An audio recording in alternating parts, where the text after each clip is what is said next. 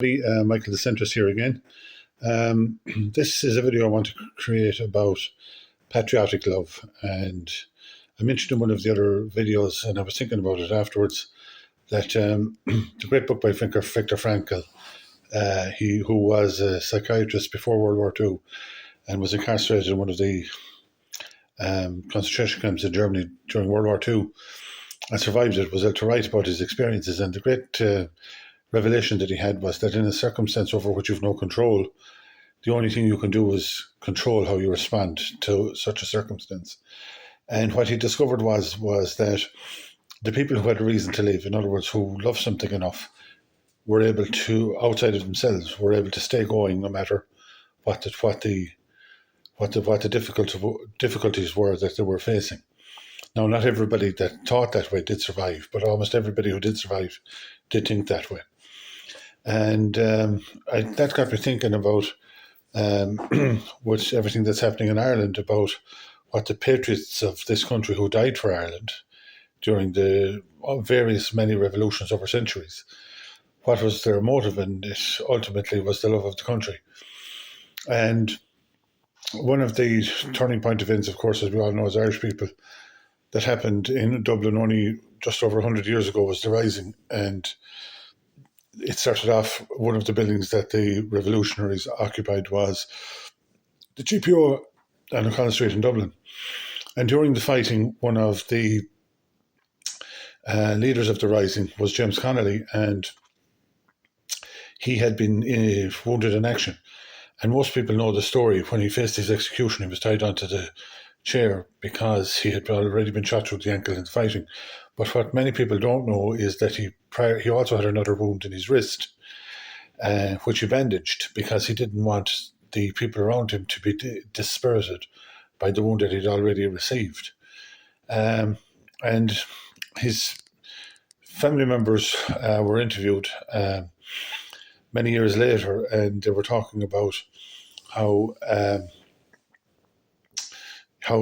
he met his end. But one of the things that just stands out with all these guys is that they went into that fight knowing that they were going to be captured and knowing they were going to be executed.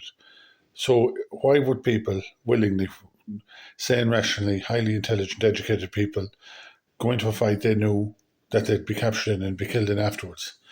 And the only answer, of course, is love, the love of the country. They were prepared to die for Ireland. And it's something that's not ever really conveyed, I think, enough to the rest of us in our history books down the decades since. But all of that was very, very beautifully encapsulated once again in poetry. And the poem that I'd like to recite to you now is the Ballad of James Connolly, and it tells the story from the perspective of a soldier that was detailed, a British soldier who was detailed as part of the firing squad to execute Connolly. And this man was clearly a man of faith because he obviously had a conscience. And it's so beautifully, it's very moving when you hear it.